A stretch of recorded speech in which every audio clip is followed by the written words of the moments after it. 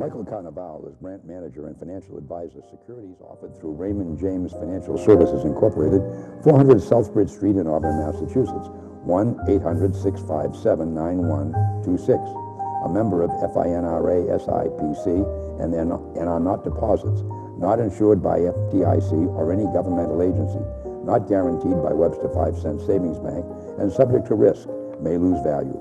Webster 5 Cent Savings Bank is not affiliated with Raymond James Financial Services Incorporated. The information contained in this report does not purport to be a complete description of the securities markets or developments referred to in the material. The information has been obtained from sources considered to be reliable, but we do not guarantee that the foregoing material is accurate or complete. Any information is not a complete summary or statement of all available data necessary for making an investment decision and does not constitute a recommendation. Any opinions are those of Michael Carnevale and not necessarily those of RJFS or Raymond James. Expressions of opinion are as of this date and are subject to change without notice. Good afternoon, ladies and gentlemen. Today, Long Report Conversations with, again this month, Michael Carnevale is here to speak to the economy, where we're going, and when he came in this afternoon, he was all smiles. It was a good month as far as he's concerned, and we should be concerned as well. So, we did well. It was a great month. It was the best month since November 2020. That's not like, we're not talking ages here, but we're going to give this to you. It's, you know, well, what we've been through in 2022, to be able to say that, I think is meaningful, right? It's Mike's way of saying the world has not ended. Didn't end, although a lot of people thought it was. About to, just about to. And when you thought it couldn't get any worse, it didn't. Dow was up almost 7%, and that was the worst indicator for the month. Standard & Poor's 500 index was up 9%. The more technology heavy NASDAQ was up 12%. Was the 8th straight gain for the month of July. And interest rates fell, even though the Fed raised them. 30-year Treasury fell under 3%.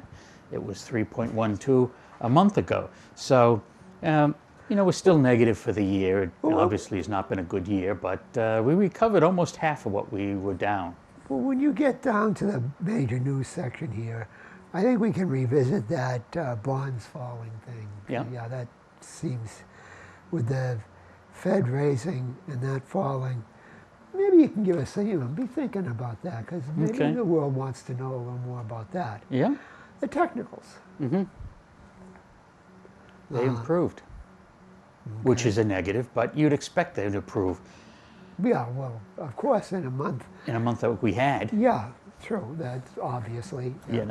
But still they were at such low levels that even July's big improvement didn't really change the short-term sentiment. In other words, it still looks better than it does worse. We're just a little closer to the middle than we were a month ago, but just goes to show you how really negative things were by the end of June. And it's kind of your way of saying we have room to grow. Absolutely. We saw the end of June, when we were here in June, we looked at the beginning of July, University of Michigan consumer sentiment was at an all-time low. I mean, things were really, forget about what people were saying, just even the numbers said, you got to be close to some type of a little bit of a rebound. No, I don't think no one predicted we would rebound to over 32,000 on the Dow, and we're now just 4,000 points from the all-time high. It's hard to believe, but that's what happens when things get swung to one side, too far. And you think it's really gone too far one way? Oh, absolutely. But you still think we have room to Still room. You look at the 200-day New York Stock Exchange moving average. It's considered oversold, meaning primed for an increase when that number is under 40. A month ago it was 19. Today it's only 34. So there's still some room there. The volatility, you know, it was 24 a month ago, almost, you know, to real fear with a big rally. Didn't really change much. It only went down to 21. So there's still a lot of fear, still a lot of skeptics there. And the oscillator, you know, fair value is anywhere between 20 and 80. A month ago it was 27. That was really close to the low point. Today it's 46, sort of maybe slightly below the middle. So there's still room to go, I think.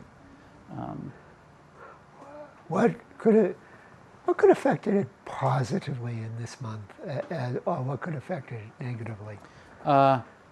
Positively, for the month of August, we have the July inflation numbers that come out on August 10 and 11.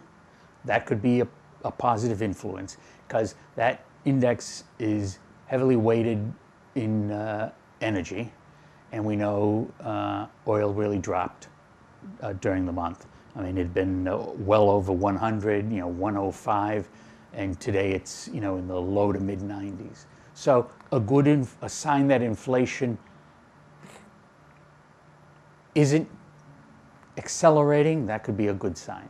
That could be a good thing. Inflation versus supply and demand. Right.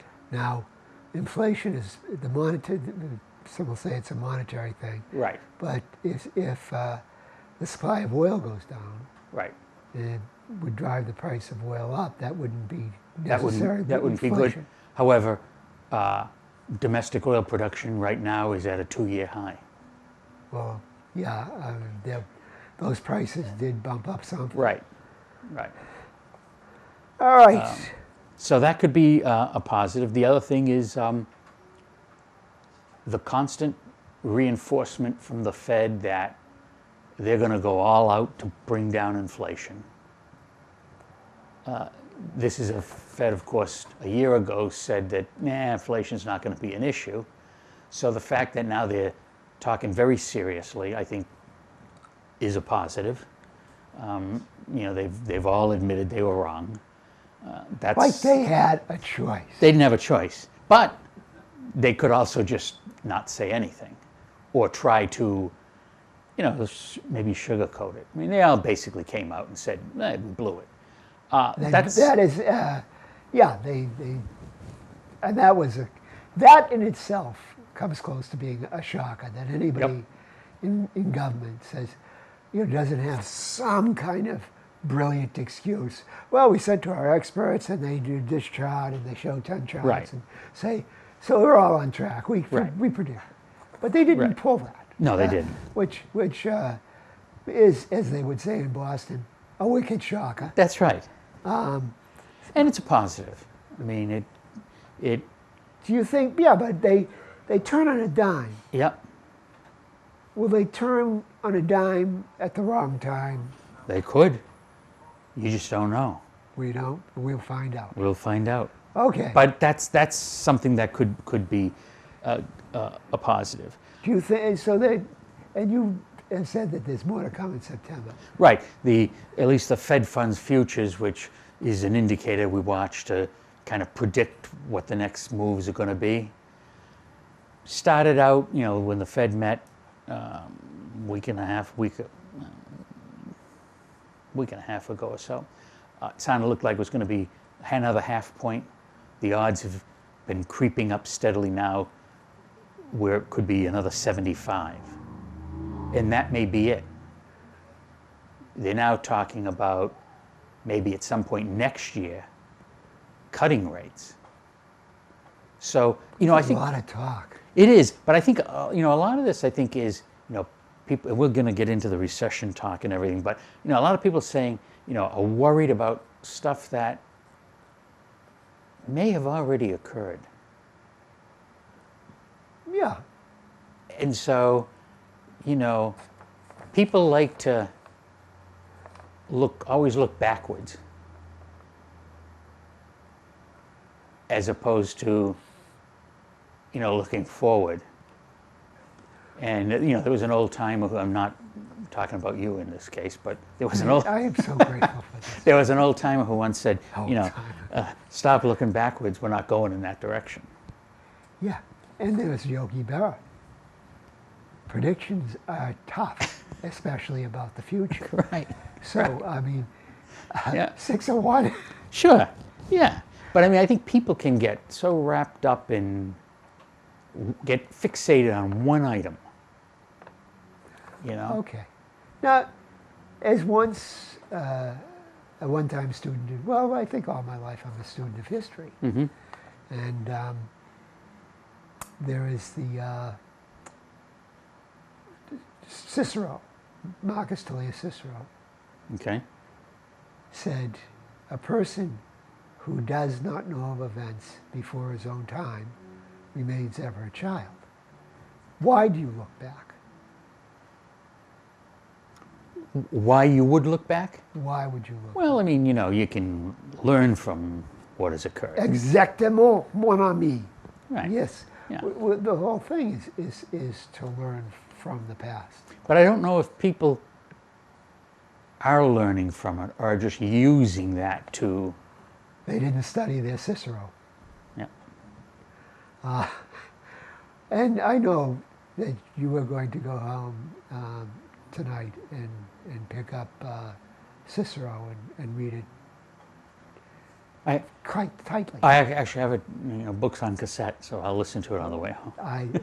Okay. Well, there's several books. Yeah. So. Yeah. And you will learn from them Mm-hmm. more than I did. But anyway. So, all right. So we do. It's no point in looking in the past if you're not going to use it to look to the future. Right. Right. So you got to tell me the future now. Okay. So I'm probably going to say that there's a good chance, because no one knows for sure. I would never come here and say, well, this is an absolute, but there's a good chance the worst is over. People get hung up on, are we in a recession, or how bad is the recession going to be? And the nightly news, in fairness to them, they only have 30 minutes, so they can't go in depth in really in anything, so they go with headlines or a sentence or two. In a snowstorm, they always position somebody at the top of Route 9 in Worcester.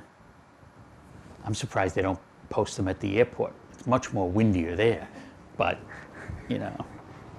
maybe they're afraid to go that deep into the city. I don't know. They just cross over to the Shrewsbury line and they're, I will be calling the TV stations and telling them you're available. Yes, to report live from right on the runway. The most exposed spot, right. But, you talk about recession. We had some indicators, leading economic indicators down for the third straight time. That doesn't mean a recession. That's an indicator, right, that, okay, recession's more possible than not. We then had in this month, the second quarter, economic growth contracted for the second month in a row. That's a recession indicator. And Well, not according to the administration. right.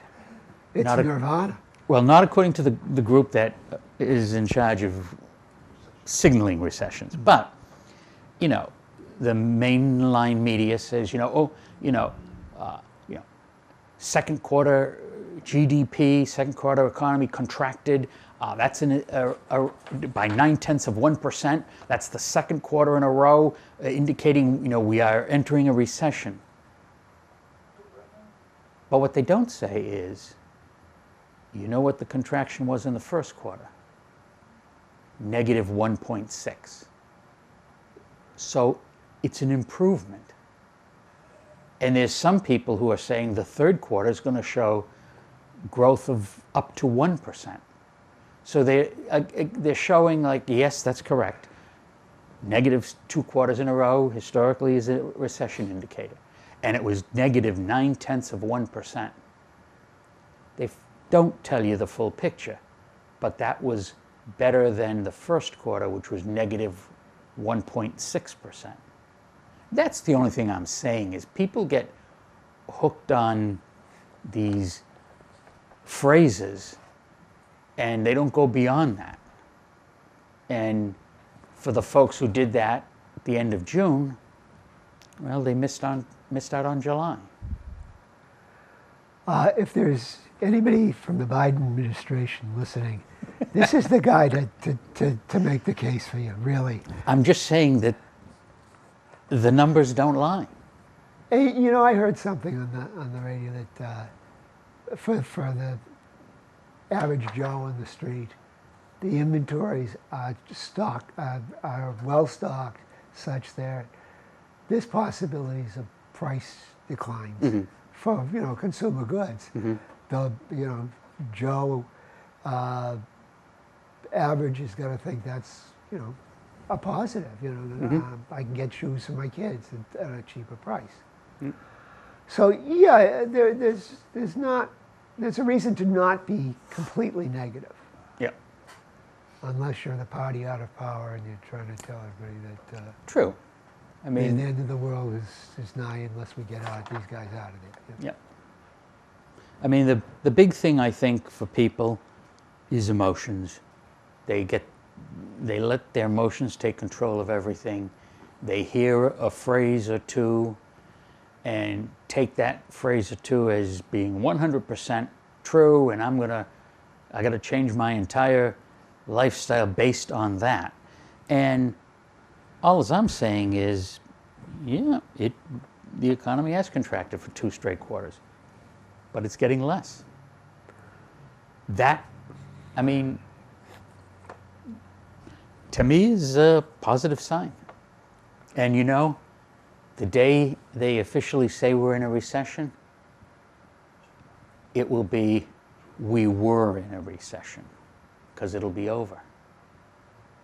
If the trends that you're looking for Happen. Correct. And then it's a good case. They may or may not. For that. There's a good case for Yep. that. The big thing is, the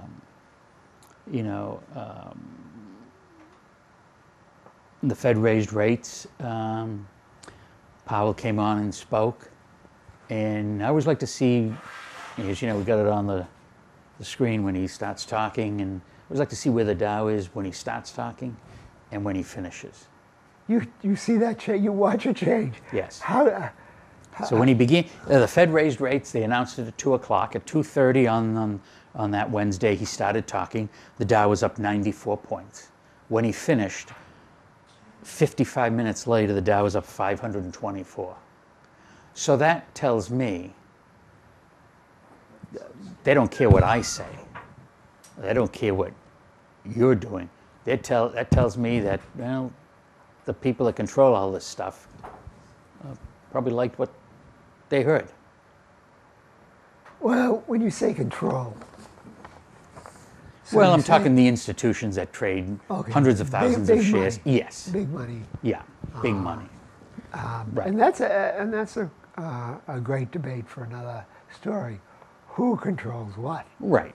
But yeah, do they control or do they react? React is probably a better word. I'm glad to be of service. Okay. All right. Yeah, but I mean, that's what, so I look at things like that, and, you try to piece these pieces together and try to come to some type of conclusion. And one's conclusion may be different from somebody else's, but the overlying thing is I would never discount the power of the U.S. economy. I would never bet against it long term. And I think this is where we have a bit of a problem. I kind of say, what economy? What economy? Now, because I had a cousin of mine lives in Seattle, where Starbucks started. And they're closing Starbucks in Seattle. So you do have things that are really big in the American economy in the Seattle area. Bezos, Amazon, Microsoft, and everything like that. But it's been a slaughter here in Massachusetts for real jobs. Right. So when you say the power of the American economy, what and a definition of the American economy, not economy, but the American economy probably is in order. Is probably, In order. yeah. And what is the American economy? What do you see the American economy as? Today?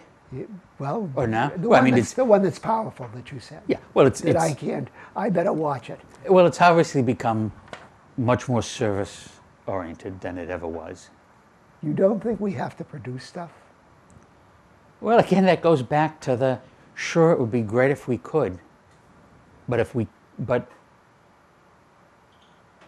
people want the lowest cost and companies want the maximum profit, so that's why So it's that's not all- an economy, though.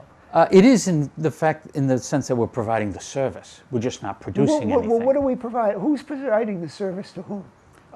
We're If I come into your, say, my Carnevale, yeah, and you've got a Starbucks franchise, yeah, and I come in and I say I want to buy one of your lattes.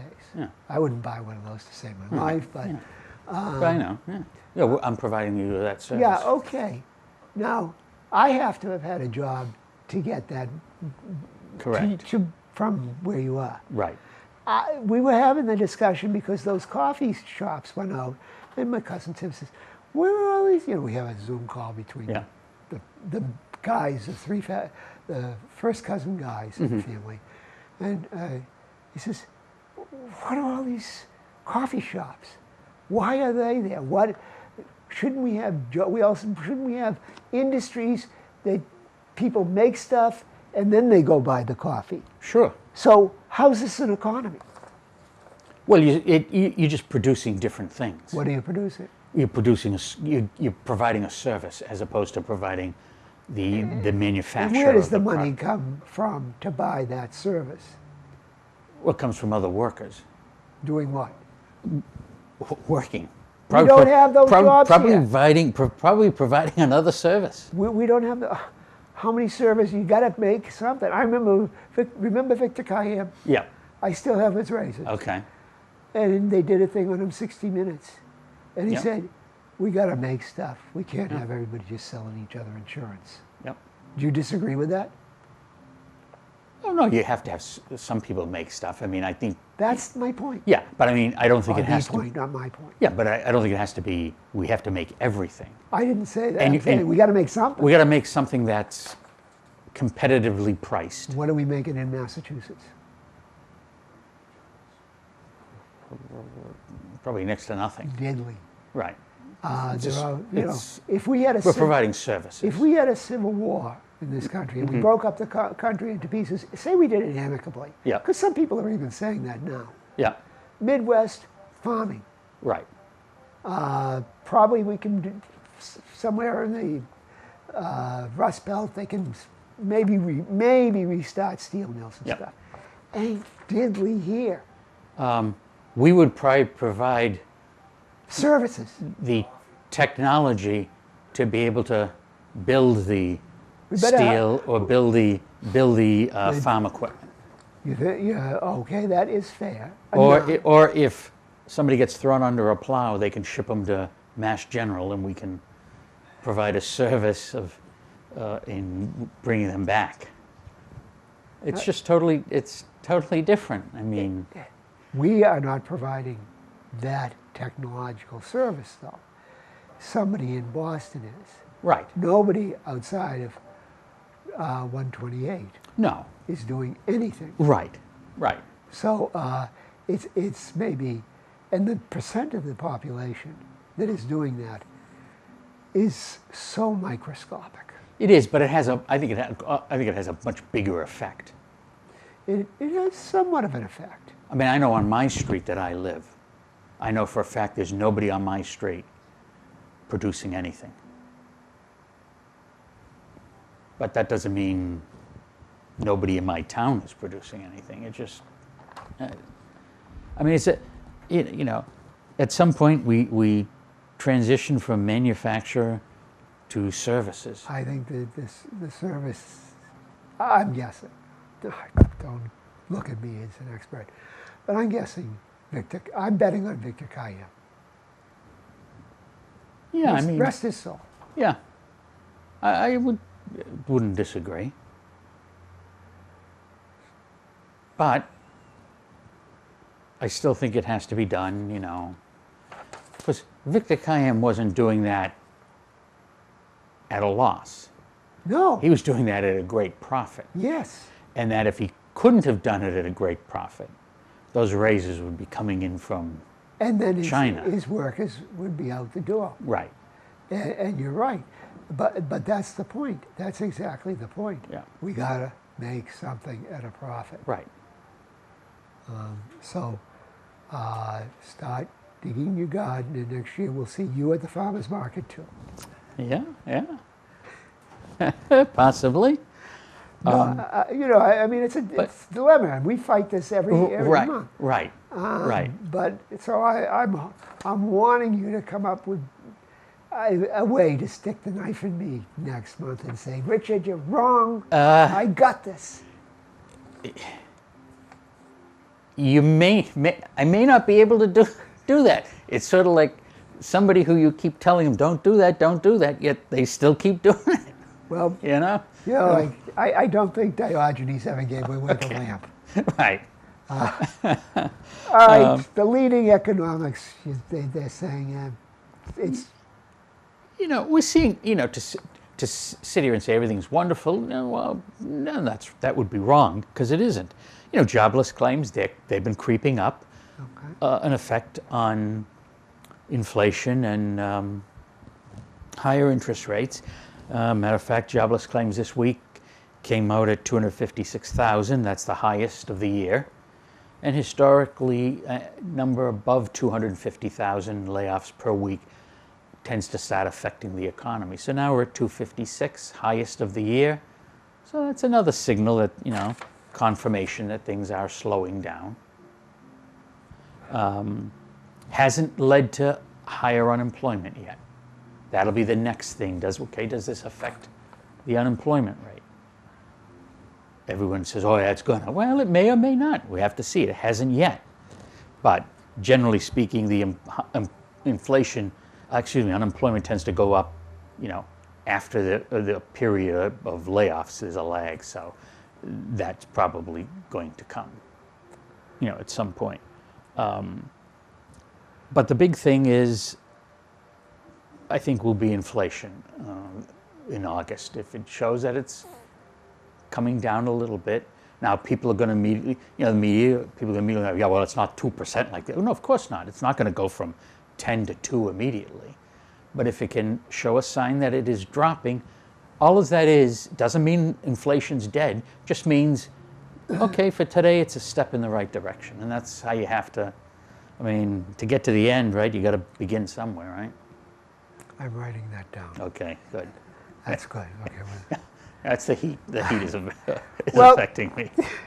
Now, You know.